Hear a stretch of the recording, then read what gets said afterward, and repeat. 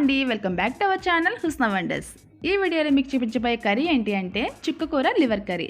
చాలా బాగుంటుంది. టేస్ట్ అయితే మీరు ఒకసారి ట్రై చేయండి. నేను ఈ కర్రీలో లివర్తో పాటు కలేజీలు కూడా యాడ్ చేశానండి. అవి కూడా వేసుకుంటే చాలా బాగుంటుంది. నేను ఎప్పుడైనా లివర్ వండానంటే ఖచ్చితంగా కలేజీలు కూడా కలిపే వండుతాను అనమాట. మీకు అలా ఇష్టం లేదు రెండు కలపడం అనుకుంటే సెపరేట్గానే వండుకోవచ్చు. ఇక లేట్ చేయకుండా నేను తయారీ విధానం అంటే చూసేద్దాం. స్టవ్ వెలిగించుకుని బాగానే పెట్టుకుని అందులో ఆయిల్ వేసి వేడి చేసుకోవాలి. ఆయిల్ హీట్ అయిన తర్వాత ఆవాలు, జీలకర్ర, ఆ రెండు వేగిన తర్వాత ఉల్లిపాయలు, పచ్చిమిర్చి వేసి వేయించుకోవాలి. ఆవాలు, జీలకర్ర చిటపటలాడిన తర్వాత ఉల్లిపాయ ముక్కలు వేయాలండి. పచ్చిగా ఉన్నప్పుడు వేయొద్దు. ఈ ఉల్లిపాయ ముక్కలు వేయించుకునేటప్పుడే దీంట్లో కొద్దిగా పసుపు, అలాగే టేస్ట్ సరిపడగా సాల్ట్ వేసుకొని మొత్తం కలుపుకోవాలి.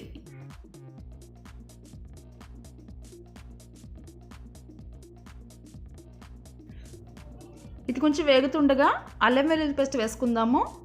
పచ్చివాసన పోయే వరకు వేయించుకోవాలి. అల్లం వెల్లుల్లి ఎప్పుడు కూడా ఫ్రెష్గా అప్పటికప్పుడు చేసుకున్నదే బాగుంటుంది. నిలవది ఎప్పుడు కూడా యూజ్ చేయొద్దు, టేస్ట్ పాడైపోతుంది అనమాట. ఈ అల్లం వెల్లుల్లి పేస్ట్ పచ్చివాసన పోయే వరకు వేగిన తర్వాత మనం ధనియాల పొడి వేసుకొని మిక్స్ చేసుకోవాలి.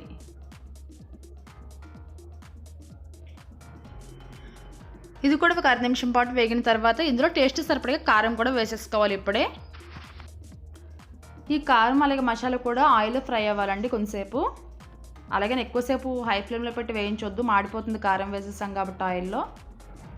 ఇలా ఫ్రై అయ్యి ఆయిల్ పైకి తేలిన తర్వాత ఇందులో మనం లివర్ అలాగే కలేజీలు కూడా తీసుకున్నానని చెప్పాను కదండి. రెండు కలిపి 1/2 కిలో తీసుకున్నాను. వీటిని శుభ్రంగా కడిగిన తర్వాత ఇందులో వేసి మిక్స్ చేసేసుకోవాలి.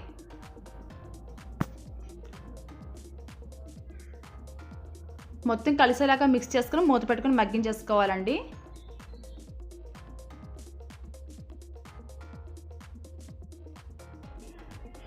మూత తీసి చూద్దాం ఒకసారి ఎంతవరకు అయిందో. చూసారుగా ఆయిల్ మొత్తం పైకి తేలిపోయింది. ఇలా అయ్యే వరకు ఒక 2 సార్లు మూత పెట్టి మగ్గించుకుంటూ ఉండాలి, మధ్యలో కదుపుతూ అడుగంటకుండా. దీన్ని మిక్స్ చేసుకుని మళ్ళీ ఒకసారి మూత పెట్టి మగ్గించుకుందాము. మనకి లివర్ అలాగే కలేజీలు కూడా బాగా ఫ్రై అవుతాయి అన్నమాట ఇలా చేసుకుంటే. దీంట్లో వాటర్ అనేది ఇంకా నేను యాడ్ చేయలేదు. మీకు గ్రేవీ అనేది ఎక్కువ కావాలనుకుంటే కొద్దిగా వాటర్ యాడ్ చేసుకోవచ్చు, లేదా అలాగే ఫ్రై చేసుకుందాం అనుకుంటే ఇలా అయినా టేస్ట్ బాగుంటుంది. ఇందులో చుక్కకూర యాడ్ చేసుకుందాం. ఇప్పుడు ఈ చుక్కకూర నేను 5 గంటల వరకు తీసుకున్నానండి 1/2 కిలో లివర్కి. దీన్ని చిన్న ముక్కలుగా తరిగిన తర్వాత శుభ్రంగా కడిగి ఇందులో వేసేసుకోవాలి. ఇప్పుడు మనకి దీంట్లోనే వాటర్ వస్తుంది. ఇందులో వచ్చే గ్రేవీతోనే సరిపోతుంది అనుకుంటే ఇట్లా వదిలేయండి. ఇంకొంచెం గ్రేవీ ఎక్కువ కావాలి అనుకుంటే కనుక కొద్దిగా వాటర్ యాడ్ చేసుకోవచ్చు. ఇలా బాగా మిక్స్ చేసుకున్న తర్వాత మూత పెట్టేసి మగ్గించుకుంటూ ఉండాలి.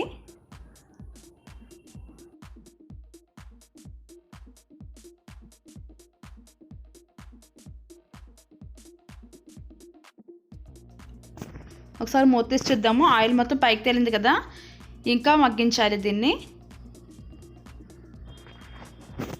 ఇలాగే మధ్య మధ్యలో మూత పెట్టి తీస్తూ 5 నిమిషాలు ఒకసారి కలుపుకుంటూ ఒక 10 నిమిషాల పాటు ఉడికించుకుంటే మన కర్రీ రెడీ అయిపోతుందండి.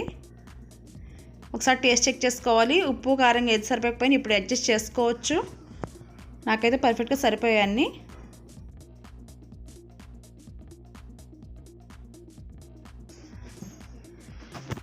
లాస్ట్ ఇంకా 1 మినిట్ ఉందనగా ఇందులో చికెన్ మసాలా వేసుకోవాలి.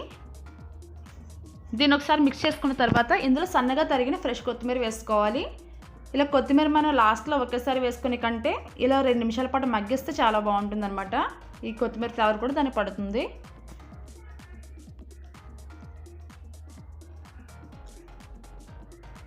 ఇలా కలుపుకున్న తర్వాత మూత పెట్టేసి 1 నిమిషం పాటు ఉంచి స్టవ్ ఆఫ్ చేసుకుంటే మనకి టేస్టీగా చుక్కకూర లివర్ కర్రీ రెడీ అయిపోతుందండి. చాలా బాగుంటుంది. టేస్ట్ అయితే మీరు ట్రై చేసేయండి.